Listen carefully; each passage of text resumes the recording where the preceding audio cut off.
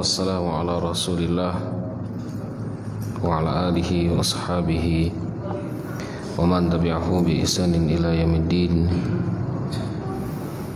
Asyhadu an la ilaha illallah wa asyhadu anna Muhammadan abduhu wa rasuluh. Allahumma salli ala Muhammadin wa ala ali Muhammad kama sallaita ala Ibrahim wa ali Ibrahim wa barik ala Muhammad kama barakta ala Ibrahim wa ala ali Ibrahim fil alamin innaka Hamidum Majid. Hadirin jemaah salat maghrib rahimakumullah. Lanjutkan pembahasan kita di kitab At-Tibyan fi adabi hammalatil Quran, adab-adab tentang orang yang menghafal dan menjaga Al-Quran. Dan terakhir yang kita bahas adalah tahzir, larangan terhadap seseorang yang menjadikan Al-Quran itu sebagai ma'isyah. Ma'isyah itu untuk mencari nafkah. Maksudnya tidak ada pekerjaan lain kecuali Al-Quran saja. Larangan menurut Imam An-Nawawi. Wa fi hukmi akhdhil ujrah ala ta'limihi, dan hukum orang-orang yang mengambil upah dari mengajar Al-Quran. Dan kita sudah bahas kemarin bahwa para ulama di sini berbeda pendapat tentang hukum mengambil upah dari bacaan Al-Quran. Dan yang dimaksud oleh Imam An-Nawawi, makanya kita harus memahami perkataan ulama itu sesuai dengan apa yang mereka pahami. Ya, kita memahami perkataan ulama seperti apa yang mereka pahami. Apa maksudnya? Jangan sampai kita mengajarkan Al-Quran itu hanya karena uang saja, hanya karena penghidupan kita di dunia saja. Kalau kita tidak mendapatkan penghidupan dunia, maka kita tidak akan pernah mengajarkan Al-Quran. Itu maksudnya. Ya. Adapun misalkan sebagian asal kita, ustaz-ustaz kita memang meluangkan waktu mereka itu untuk Al-Quran saja, meluangkan waktu mereka untuk Al-Quran, kemudian memberikan syarat kepada santri dan orang tua santri, misalkan ya, memberikan syarat. Syarat maksudnya ketika dia ingin belajar di sini, syarat membayar uang yuran sekian, misalkan.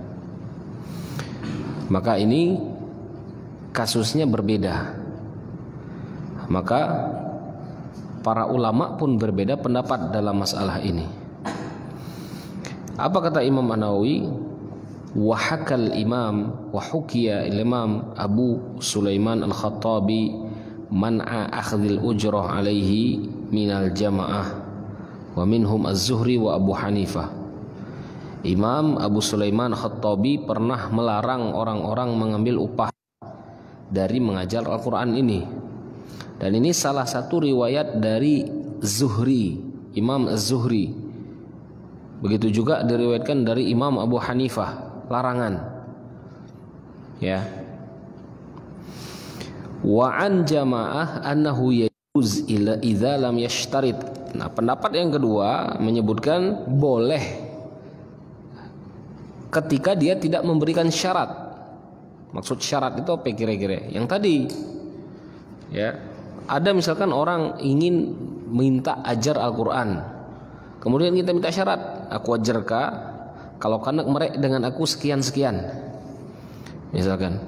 Kalau tidak ada syarat itu dia tidak enak ngajarnya. Nah, ini tidak boleh menurut pendapat yang kedua, ya. Dan ini terjadi biasanya dalam majelis-majelis yang non formal tadi, macam kita ini. Ini majelis non formal ini, benar tidak? Siapapun yang mau masuk ke dalam masjid silahkan. Tulis, ambil ilmunya, lah keluar, tidak ada syarat apa-apa. Benar kan? Dan itu terjadi di majelis yang non formal biasanya. Ya. Maka kalau misalkan di majelis-majelis non formal seperti ini, ya, yang tidak ada syarat sama sekali, yang nak masuk ambil ilmunya, tulis. Kemudian yang tidak mau ya sudah, sana mana enak. Kemudian ada dari sebagian ini misalkan yang memberikan upah. Bukan upah ya, bahasa Indonesia upah ini macam tukang istilahnya. Kalau bahasa pondok pesantrennya itu ihsan. Ihsan itu artinya balasan yang baik. Ya. Kalau bahasa pondok pesantrennya seperti itu, ihsan. Atau bahasa lainnya adalah mukafaah. Mukafaah itu yang membuat seorang guru itu bisa menopang hidupnya. Gitu loh ya. Itu bahasa lainnya. Kalau upah ini tidak bagus terjemahannya. Ya. Jadi pendapat yang kedua menyebutkan tidak masalah asalkan tidak meminta syarat. Gitu ya. Makanya kita sekarang ada tidak minta syarat. Yang nak duduk di majelis ini bayar 100.000 sebulan. Tidak ada kan? Ya. Kalaupun ada yang merasa seperti itu, wah itu kita berlepas diri, angkat tangan. Oh, ini. Jangan kalau ada yang berpikir macam itu kelanya. Ya. Jadi kita berlepas diri dari yang macam-macam itu tuh. Kita majelis tidak bersyarat. Yang nak masuk, ambil ilmunya. Ya. Yang enggak, ya sudah. Ya. Dan kalaupun ada yang mau ngasih, diambil. Alhamdulillah. Kan macam itu ceritanya. Ini pendapat yang kedua. Wa huwa qaulul Hasan al-Basri. Kemudian qaul Sya'bi, kemudian qaul Imam Ibnu Sirin. Ini pendapat yang kedua. Ya. Nah, ini pendapat yang ketiga. Wa hadzahabal Atha wa Malik wa Syafi'i. Ini yang kebanyakan digunakan pondok pesantren. Ila jawaziha idza syaratahu wasta'jarahu ijaratan sahihatan. Pendapat yang ketiga, mazhabnya Imam Atha, Imam Malik, Imam Syafi'i dan ulama-ulama yang lainnya yang membolehkan meminta syarat. Ini kan yang di pondok pesantren kan? Pakai syarat. Siapa yang ingin belajar Al-Qur'an di pesantren syaratnya ini dan ini. Nah, ini yang memperbolehkan dalam mazhab Imam Asy-Syafi'i. Begitu juga Imam Malik. Sahih tidak? Syarat yang seperti ini sahih.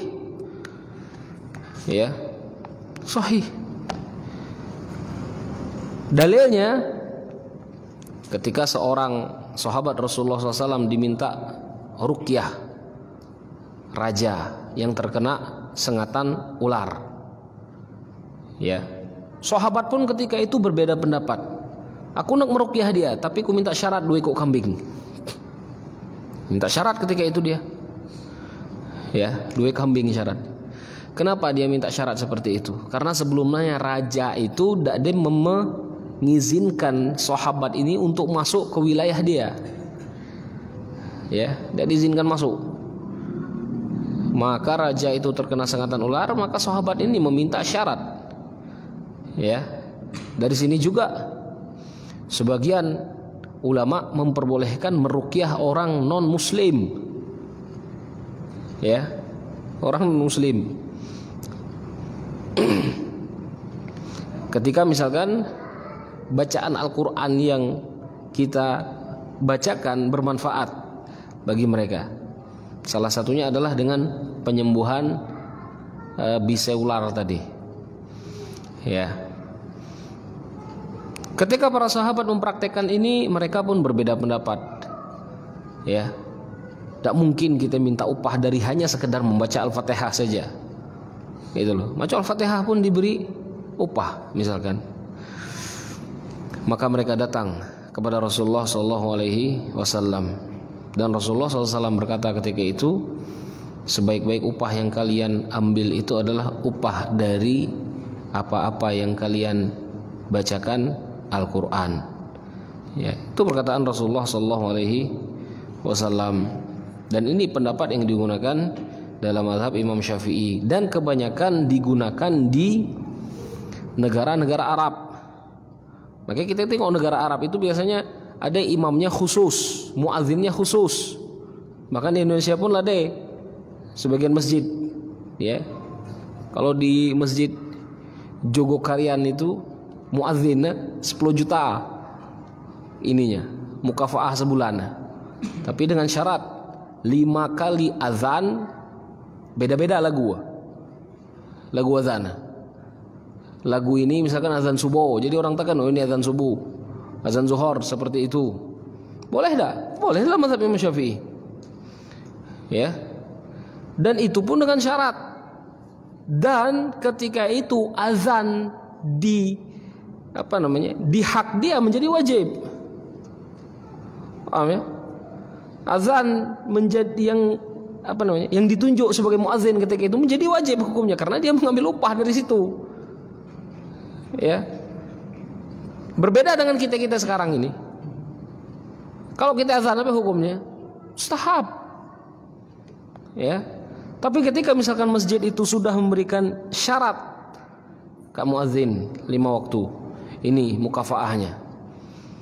Dan kebanyakan mahasiswa juga melakukan ini, mempraktekkan ini, pendapat yang ketiga ini di sebagian masjid-masjid di Arab, ya. Ada yang menjadi muazzin daripada orang itu jadi TKI untuk menopang biaya hidupnya, muazzin, jadi muazzin. Ya, ada yang menjadi imam karena bacaan mereka itu bagus untuk didengarkan. Halal dah, halal. Karena mereka lebih memilih untuk menjadi seorang muazzin daripada menjadi seorang berjual kue, kemudian untuk mencari ilmunya tuh dakge. Itu loh ya. Nah, inilah pendapat yang ketiga. Ya. Jadi kita kondisikan pendapat para ulama ini dengan keadaan kita sekarang. Dan jangan menggunakan pendapat para ulama ini sesuai dengan nafsu kita. Jangan pas duduk-duduk di belakang itu ada yang nanya kawan, ini macam mana hukum?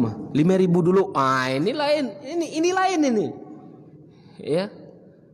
Ini salah satu bentuk orang yang menggunakan pendapat ulama dengan nafsunya. Gitu loh. Dan jangan kita menyalahkan misalkan ada pondok-pondok pesantren mahal misalkan. Sudah itu ijtihad dari kiai mereka. Gitu loh ya. Itu ijtihadnya.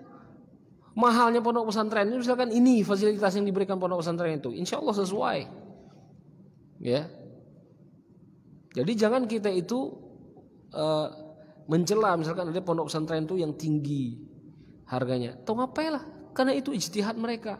Itu fasilitas yang mereka berikan. Sebaliknya ada juga ijtihad yang berbeda, digratiskan semuanya misalkan. Memang seperti itu, ulama berbeda pendapat dalam hal ini. Nah, tergantung kita condongnya kemana ya kira-kira. Ya. Dan gunakanlah pendapat itu supaya iman kita bertambah kepada Allah Subhanahu wa taala. Itu intinya. Ya. Jadi kondisikan pendapat ulama ini ya dengan keadaan kita sekarang dan sesuaikan dengan pendapat kita sekarang, ya. Adapun majelis kita sekarang, ana bilang kebanyakan menggunakan pendapat yang kedua, tidak ada syarat sama sekali. Oh, sekali lagi, majelis kita ini tidak ada syarat sama sekali.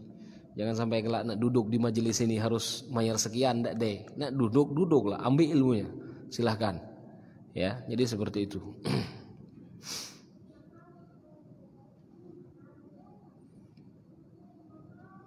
Faslun fil kalam an khatmil Quran fi muddatin muayyanah. Pembahasan tentang waktu dalam mengkhatam Al-Quran. Ini ya. Wa yanbaghi an yuhafiz ala tilawatihi wa yakthiru minha. Dianjurkan bagi kita yang mempelajari Al-Quran itu harus banyak membaca Al-Quran. Ya. Semakin banyak membaca Al-Quran, Al-Quran itu semakin nempel dan semakin mudah untuk dibaca. Ya, yang agak bet ini. Oh, coba perhatikan kawan-kawan kita yang sebelumnya bet lagak lancar. Coba tengok. Ada di kawan-kawan kita ini. Yang sebelumnya memang bet ngajinya. Cuman sekarang alhamdulillah lah mulai agak-agak lancar. Jadi ketika kita agak macet ngajinya, harus lebih disering untuk membacakan Al-Quran, ya, dan diperbanyak, gitu loh. Karena semakin banyak kita membaca Al-Quran, semakin nempel dan semakin baik bacaan kita. Wa kana salaf radhiyallahu anhum adatun mukhtalifah fi qadri ma yakhtimuna fihi.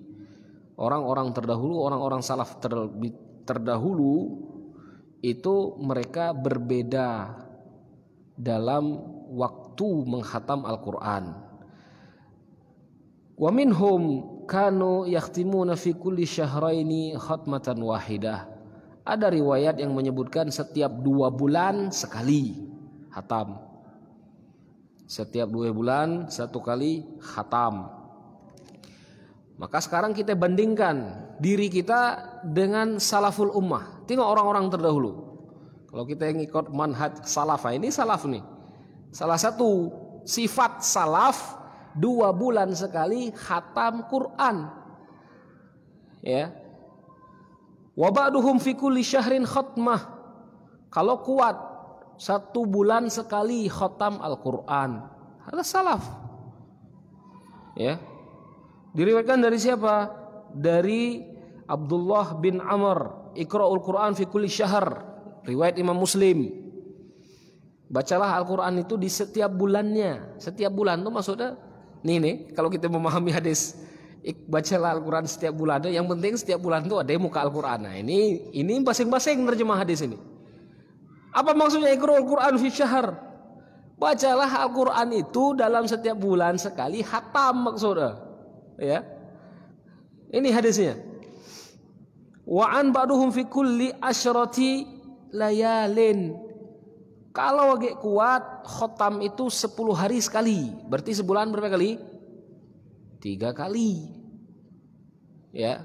Kalau 10 hari kita maco 10 hari itu 30 juz, berarti sehari ya kita maco 3 juz. 3 juz dibagi 5 kali waktu sholat, ya berarti maco sekitar 30 dibagi 5, 6 lembar berarti setiap kali waktu sholat itu. Sebelum sholat 3 lembar, setelah sholat 3 lembar. Itu menyesuaikan dengan sholat 5 waktunya. Wa an ba'duhum fi kulli 8 layalin. Agak kuat nih 8 hari sekali hatam. Ya. Wa an al-aktsarin fi kulli 7 layalin. Ada yang kebanyakannya lagi seminggu sekali. Ya. Bahkan sampai ada yang 2 malam sekali hatam. Ya. Ini riwayat dari para ulama-ulama terlebih terdahulu, ya. Faminal ladzina kanu yakhtimuna khatmatan fi lailatin wal yaum. Bahkan ada dari mereka yang menghatam Al-Quran sehari sekali. Utsman bin Affan, Tamim Ad-Dari, Sa'id bin Jubair, Mujahid, Asy-Syafi'i wa akharun radhiyallahu anhum. Ya, ini yang disebutkan oleh Imam An-Nawawi. Di mana Imam Nawawi mengambilnya? Imam An-Nawawi mengambilnya di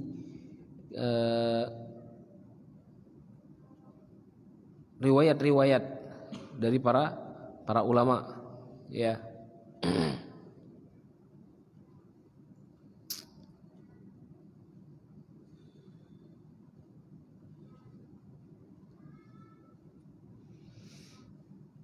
Tapi untuk kita praktekkan, ya, untuk kita praktekkan wal ikhtiyar, kata Imam An-Nawawi, anna dzalika yakhtalif bi ikhtilafil ashkhas. Banyak atau sedikitnya membaca Al-Quran itu berbeda antara satu dengan orang yang lainnya, tergantung kemampuan. Ya, ini perkataan Imam Nawawi ini. Kemampuan orang itu berbeda-beda. Ya. Dan itu sudah fitrahnya. Kemampuan orang itu berbeda-beda sudah fitrahnya. Ya. faman kana yadhhar lahu bidaqiqil fikr wa lataif wa ma'arif falyaqtasir ala qadri yuhassil lahu kamal fahmi ma yaqra'uhu. Ada orang yang diberikan Allah itu pemahaman yang dalam, kemudian dia mudah untuk memahami pengetahuan-pengetahuan. Maka orang-orang yang seperti ini seharusnya dia lebih memendekkan masa khatam Al-Quran mereka, ya, memendekkan masa khatam Al-Quran mereka. Wa kadzalika man kana masyghulan, begitu juga dengan orang-orang yang mungkin sibuk binashril ilm wa ghairihi, binashril ilm aw ghairihi min muhammatid din, falyaqtasir ala qadri ma la yahsul bisababihi ikhlal bima huwa mursaddun lahu. Maka orang-orang yang sibuk seperti ini, di mana kesibukan mereka itu kesibukan mereka ini berhubungan dengan agama Allah Subhanahu wa taala dan juga berhubungan dengan maslahat, ya. Maka dianjurkan bagi mereka itu untuk menghatamkan Al-Quran sesuai dengan kemampuan mereka, ya, sesuai dengan kemampuan mereka, tidak memberikan mafsadat. Mafsadat itu apa artinya? Kewajiban-kewajiban yang lain itu dikorbankan. Makanya ketika ini perlu ilmu fikih di sini, ya. Kalau kita fokusnya baca Al-Quran terus, nafkah dak deh misalkan, berdosa dak kira-kira, berdosa lah macam itu. Mereka enggak nafkah dak usah kawin, baca Al-Quran setiap hari, kan macam itu. Ya, jangan kalau nak kawin, kalau itu bini ditinggal maca Quran terus, salah fikih seperti ini. Ya, fikih seperti ini salah. Dan itu sudah dibahas oleh para ulama-ulama kita, itu loh, ya. Mengikut mazhab Imam Nawawi ya seperti itu. Beliau saking cintanya kepada ilmu, cinta kepada perempuan itu hilang. Bukan hilang, ya. Maksudnya itu beliau itu lebih cinta kepada ilmu daripada perempuan. Dan beliau itu ditakutkan sibuk mencari nafkah untuk perempuan, lebih baik beliau tidak menikah. Itu mazhabnya Imam Nawawi, ya. Jangan kita ini hanya nafsu-nafsu baik, ya, tapi tidak mencari nafkahnya. Maka kata Imam An-Nawawi, orang-orang yang mempunyai kesibukan-kesibukan seperti ini, apalagi yang berhubungan dengan maslahat agamanya, maka mereka dianjurkan itu untuk menghatam Al-Quran itu sesuai dengan kemampuan mereka. Dan kemampuan kita itu kita lah yang tahu, dan sesuai dengan usaha kita. Itu loh, ya, sesuai dengan usaha kita macam mana. Bus jelas lah, ya, jelas lah. Apakah Al-Quran itu bisa mengobati hati yang rusak? Jelas lah itu. Bahkan Al-Quran itu sebutkan syifa. Itu syifa apa? Syifa apa maksud Al-Quran itu? Penyembuh itu, ya, menyembuhkan hati-hati yang berpenyakit, ya.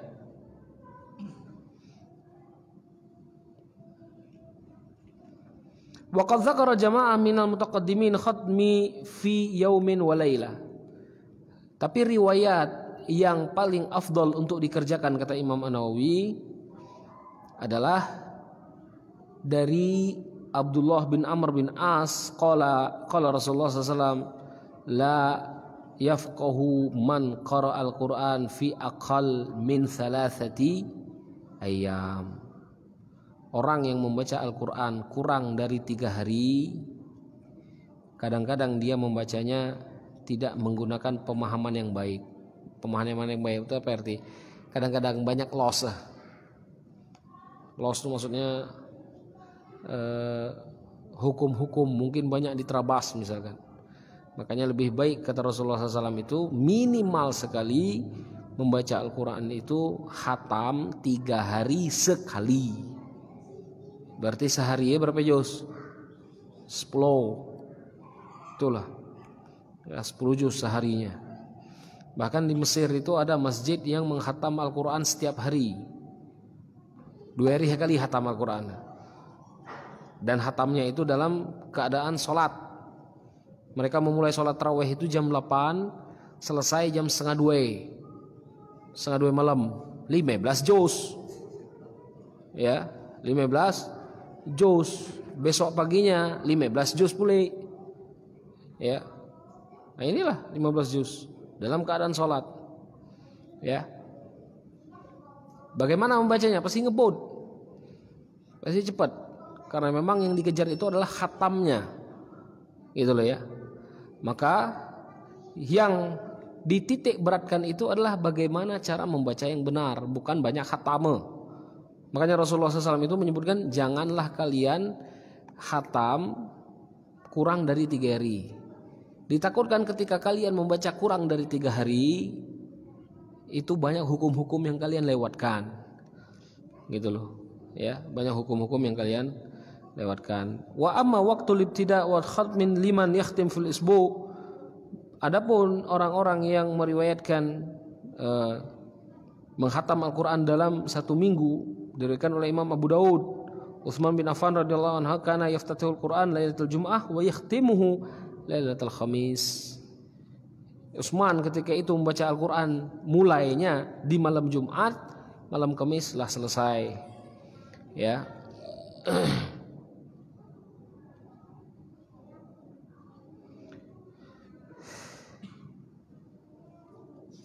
Maka banyak riwayat-riwayat dari para ulama ya yang menyebutkan bahwa harus merutinkan untuk menghatamkan Al-Qur'an ya. Dan jangan khatam Al-Qur'an itu sekali seumur hidup. Paham ya? Lah udah khatam Al-Qur'an pakai baju merah, pakai teluk merah, udah itu debu be Al-Qur'an. Ini kebiasaan kita ini. Ya, ini kebiasaan kita. Makanya kadang-kadang kalau ada ustadz yang melarang itu, orang tuh memahaminya ustadz ini melarang untuk tasyakuran, bukan seperti itu. Ustadz itu melarang Al-Qur'an itu hanya untuk perayaan saja. Hudai ika rayo pakai teluk merah, pakai baju merah, ladak dibaca wage Al-Qur'an itu yang salahnya. Ya. Jadi kebiasaan-kebiasaan seperti ini harus dihilangkan, ditanamkan di anak-anak itu. Setelah khatam ulek age, setelah khatam ulek age, baca age. Ya. Dan mungkin menjadi kebiasaan, bahkan keyakinan masyarakat kita sekarang tuh asal khatam Al-Qur'an lah. Kullu lahu de khatam. Wah, macam lah paham dia khatam sekali itu. Ya. Yang khatam berkali-kali pun belum ada paham dengan Al-Qur'an itu. Ya. Jadi tengoklah orang-orang terdahulu bagaimana mereka menghatamkan Al-Qur'an. Ya. Jadi kita yang hidup di zaman sekarang ini seharusnya tingkat khatam kita tuh lebih banyak seharusnya. Tapi ana sendiri menganjurkan bukan banyaknya khatam, tapi benarnya bacaan kalau kau sendiri. Ya. Bacaan itu benar, kemudian khatamnya itu berguyur lebih baik. Yang penting Al-Qur'an itu terus untuk dibaca. Jangan sampai Al-Qur'an itu hanya dibaca, lah khatam, selesai. Dan berapa banyak orang tua sekarang itu, nih orang tua sekarang nyuruh anak ngaji, dia tidak ngaji. Ya ini pekare ini namanya. Ya. Makanya berik-berik kadang-kadang ngaji. Cobalah tanya guru ngaji semua. Bukan hanya kubai. Tanya guru ngaji semua. Ya. Ngapain kadang-kadang Al-Qur'an tuh susah masuk di kepala berik-berik itu. Emaknya, baknya tidak ngaji. Udah maghrib buka TV nonton sinetron. Mak lah udah ngaji mak, lah hatam katanya. Ini mood kacau ini. Ya. Jadi sampai kita meninggal, teruslah Al-Qur'an itu untuk dibaca. Ya. Sampai kita meninggal, teruslah Al-Qur'an itu untuk dibaca. Adapun khotam Al-Qur'an itu hanya sekedar penyemangat untuk anak-anak kita itu. Jangan dijadikan standar asal khatam ndak dibaca lagi. Ini yang salah. Dan ini yang disebut dengan bid'ah kata para ulama itu. Bid'ah lah. Karena dia ngerasa bangga, hude acara itu dia bilang aku lah hude Kudu dibaca oge. Dan inilah menurut para syekh-syekh itu ngapain belajar agama itu di kampus samai macam itu. Ngapain ketika mereka setelah selesai belajar di kampus tidak belajar lagi, ngerasa ilmu tuh di sini baik. Ya. Jadi seperti itu. Jadi sampai kita meninggal Al-Qur'an itu harus tetap dibaca. Ya. Karena semakin banyak kita membaca Al-Qur'an, disitulah tingkat keimanan kita itu diukur Allah Subhanahu wa taala. Ya. Terus pembahasan selanjutnya. Faslun fi al-muhafazati 'alal qiraah bil lail. Menjaga ataupun membiasakan diri untuk membaca Al-Qur'an atau menghafal Al-Qur'an di malam hari. Ya. Wa yanbaghi ay yakuna i'tina'uhu bi qira'atil Qur'an fi lailatin aktsar. Seharusnya seseorang itu membaca Al-Qur'an di malam hari lebih banyak. Wa fi salatil laili aktsar, terutama di salat malam. Maka kataku membaca Al-Qur'an sambil salat malam boleh. Paham ya? Dan itu termasuk sunnah, dipegang. Tidak jadi masalah. Ya. Dipegang boleh sambil membaca Al-Qur'an sambil salat. Tidak jadi masalah. Ya.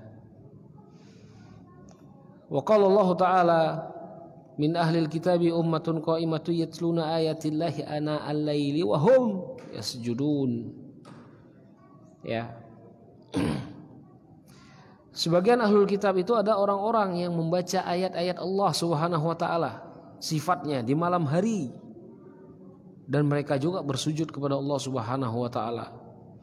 Yu'minuna billahi wal yawmil akhir wa ya'muruna bil ma'ruf wa yanhauna 'anil munkar wa yusari'una fil khairat ulaika minas salihin. Orang-orang yang seperti ini biasanya sifat mereka itu beriman kepada Allah Subhanahu wa taala dan hari akhir. Dan juga mereka itu mengajak kepada yang baik dan mengingkari kemungkaran. Ya, mengingkari kemungkaran.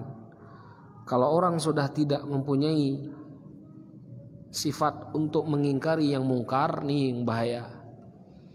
Ya, kita ini sekarang krisis nahi mungkarnya, terutama mungkar-mungkar yang muttafaq. Paham?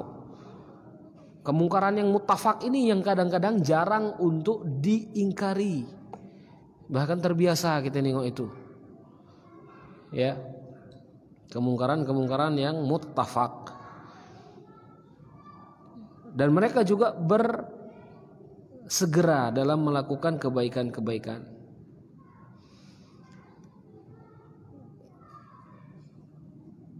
Dan dalam hadis diriwayatkan oleh Imam Muslim dan juga Imam Bukhari, ni'mar rajul Abdullah law kana yusalli minal lail. Sebaik-baik laki-laki itu adalah hamba Allah yang mendirikan salat di malam harinya.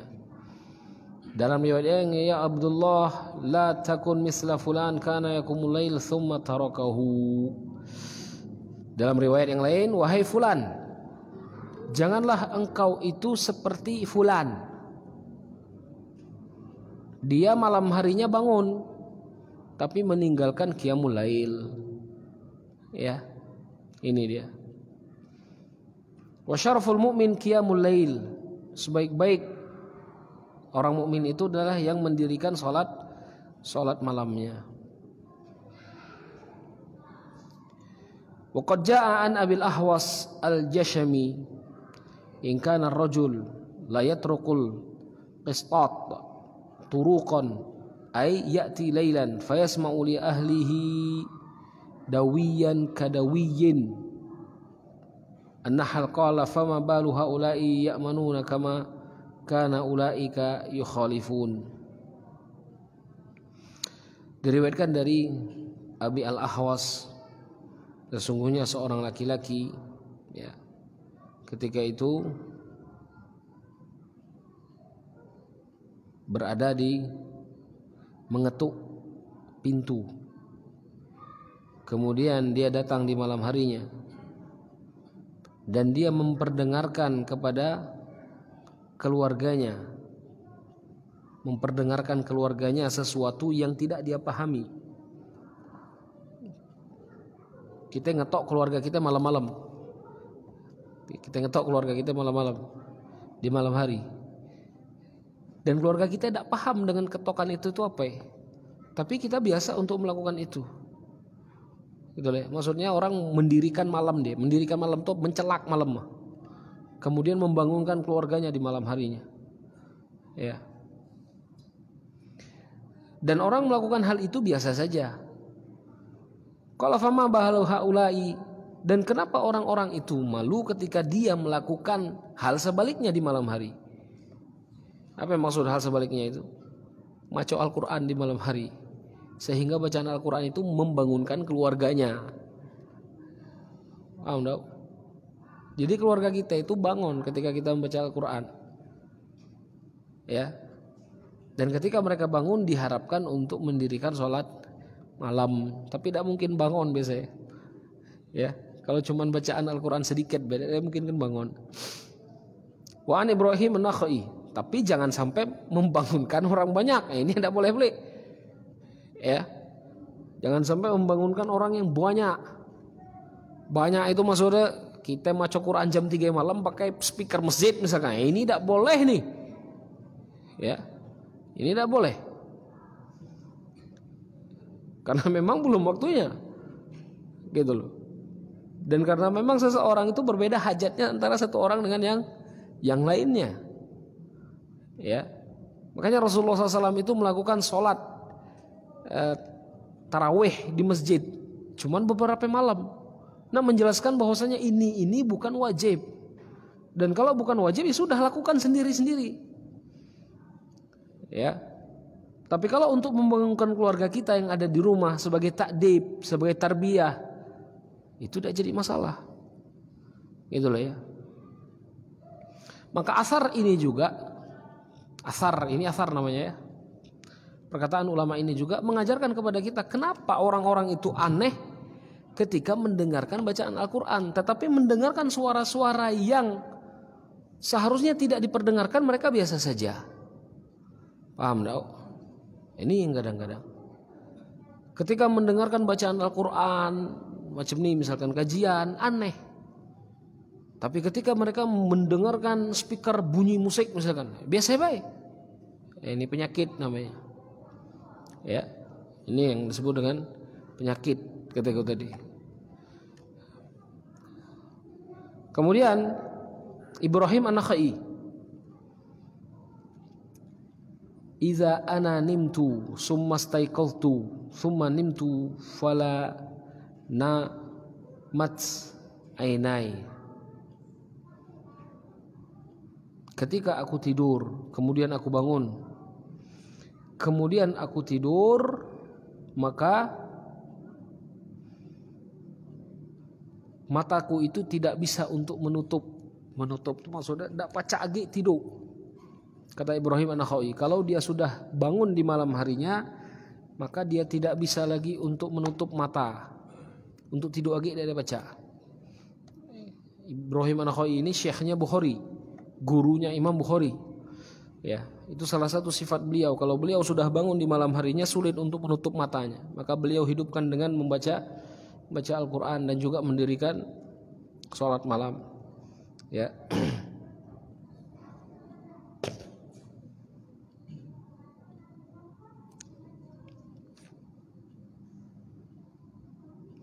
Wafis sahih,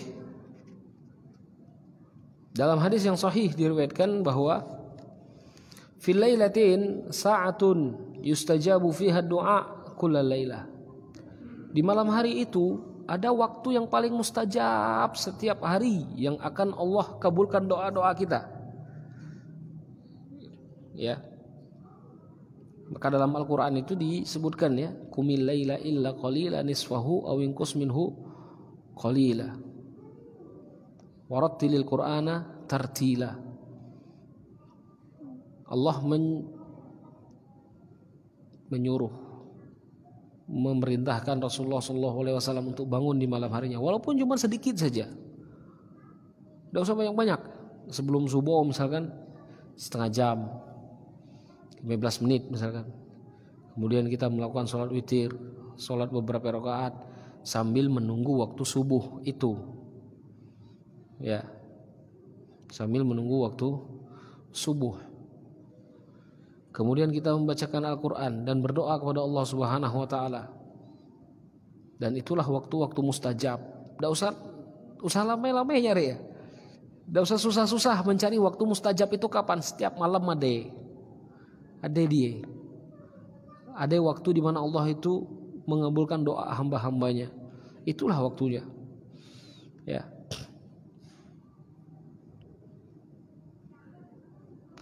Kemudian Imam Nawawi berkata,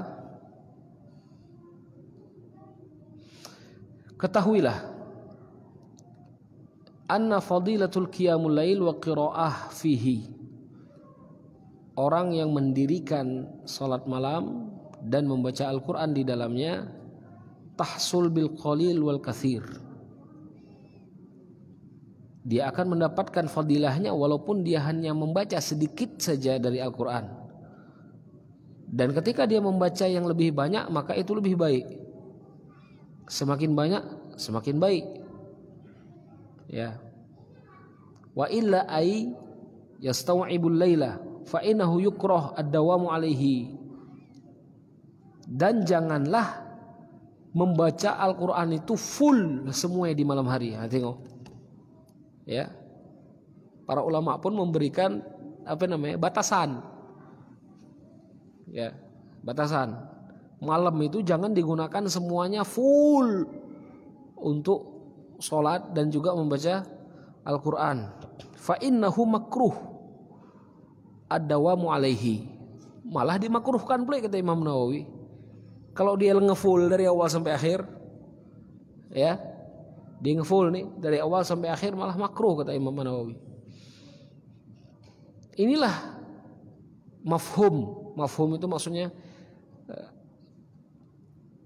intisari dari perkataan Rasulullah SAW ketika ada laki-laki yang datang kepada Rasulullah. Ya Rasulullah, ada laki-laki datang kepada Rasulullah, aku sholat terus tidak tidur. Maka Rasulullah SAW menjawab, aku pun sholat tapi aku tidur, kata Rasulullah. Nak mengajarkan itu bahwasanya sholat terus gawe tidak tidur itu pun tidak ada baik, ya. Ini yang disebut dengan i'tidal, adil, ya, dalam membagi waktunya. Kemudian wa mimma yadullu ala husulihi bil qalil, adapun dalil yang menyebutkan bahwa orang yang membaca Al-Quran itu sedikit saja juga mendapatkan fadilahnya, dari hadis Abdullah bin Amr bin As radhiyallahu anhuma, qala Rasulullah sallallahu alaihi wasallam, man qama bi asyri ayat lam yuktab minal ghafilin. Rasulullah pernah berkata bahwasanya man qama, barang siapa yang mendirikan salat malam walaupun hanya dengan 10 ayat, ya, maka dia tidak termasuk orang-orang yang ghafil, bukan termasuk orang-orang yang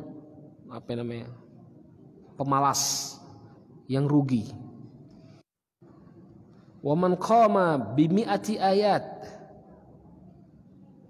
kutiba minal qanitin, barang siapa yang sholat malamnya dengan 100 ayat, maka dia termasuk orang-orang yang kunut. Kunut ini artinya orang-orang yang khusyuk dalam ibadahnya. Wa man qama bi alfi ayat, barang siapa yang membaca 1000 ayat, kutiba minal muqnid,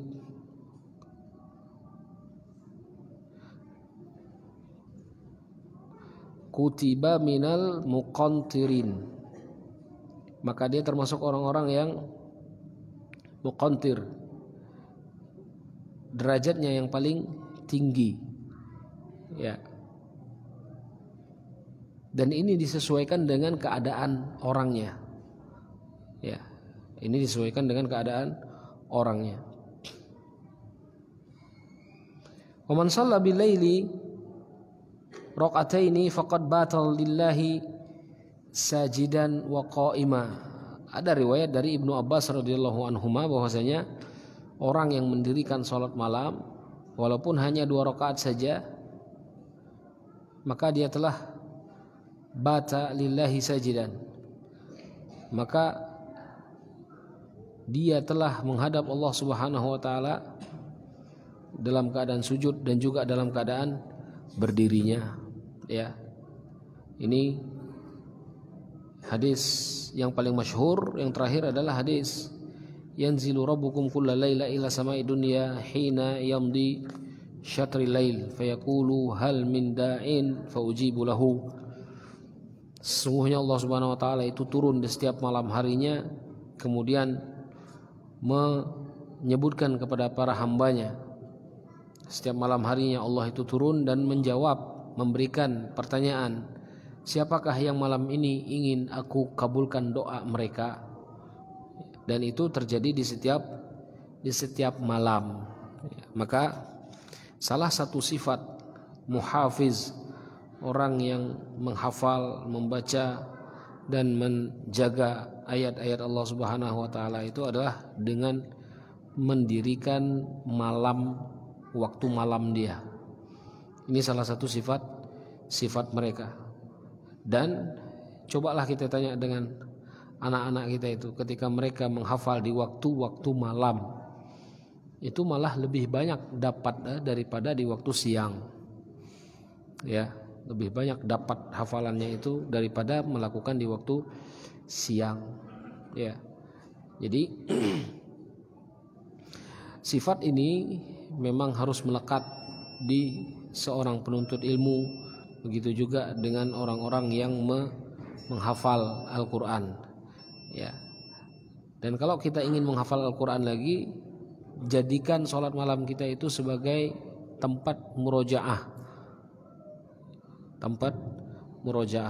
Karena kalau Al-Quran itu tidak ada diulang-ulang, maka dia itu akan hilang dengan sendirinya. Sampai level Al-Fatihah pun pacak hilang dari kepala seseorang. Nauzubillahi min zalika. Allahu a'lam.